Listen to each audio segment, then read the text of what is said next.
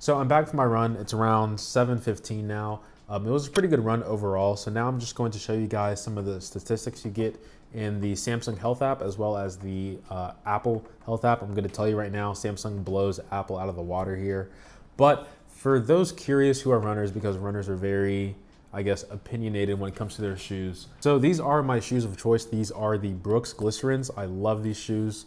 I've been wearing them for, not this one specifically, but this type of shoe for like 2 years now. I'm probably gonna switch over to Hoka in 2022, but we're gonna see till then, but these are my shoes of choice. So now let's look into the apps and see what we get. So I'm actually gonna show you guys the fitness stuff in iOS first, because honestly, it's extremely basic. There's like nothing here. So I'm just gonna go to the run that I did today. Make sure this one doesn't disappear. And this is all we get. It's so basic. I don't even know why I'm on the Apple ecosystem sometimes, but this is all we get. Pretty much just total time, distance, calories, elevation, cadence, heart rate, and your average pace. That's pretty much it. So I'm just gonna let this screen. I'm gonna let this screen dim, and I'm just gonna go over to the Samsung and go to my exercise here. So it should be pretty straightforward. I'm just gonna go to exercise, view history, and I'm going to choose this one that says running. I'm probably gonna have to blur some stuff out because it's gonna show my location. Or I can probably just swipe up from here. So as you can see, the cadence is actually pretty similar, 157, and then this one is 155, so that's pretty good. The heart rate as well, it's pretty close, 163 and then 161, so two higher on each of those.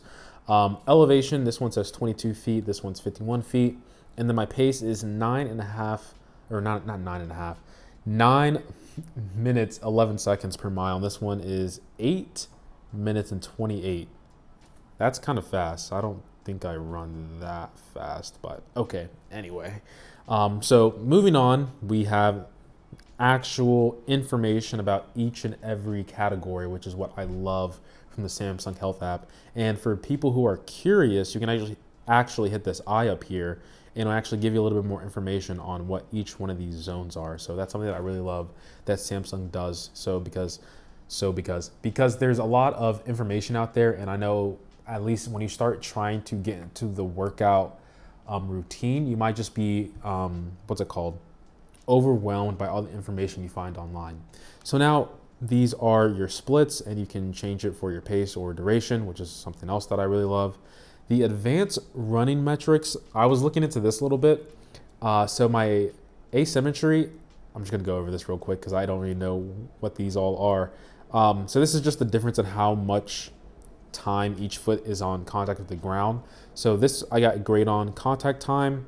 It's the time that your foot is in contact with the ground and exerting force greater than what's needed to support your weight. So I was in good in this category. Flight time, because your boy got hops. It's the time that your feet are in the air or touching the ground, but exerting force lower than what's needed to support your weight. I got great here. Regularity, the consistency of your body movements. I got great here. Vertical and stiffness, I got improve on, and it was really, really bad. I didn't even know this existed, but this is the up and down movement of your center of mass. I got just poorly scored. And then stiffness is the vertical stiffness of your body while you run. So in terms of the metrics, this is what I got. I do like how they give you drills in order to improve. VO2 max says I'm in the top 30%. I guess I'm a little bit over average, but still within the average range. And then it just gives you your pretty much a snapshot of the most important information down here. So like I said before, this is way better than what you have in terms of the fitness app on iOS. And this is something that Samsung, I feel as though, is very underrepresented in. However, the body composition, I still think it doesn't make any sense at all. But yeah, that's it. Pretty interesting information, if I'm going to be honest with you guys.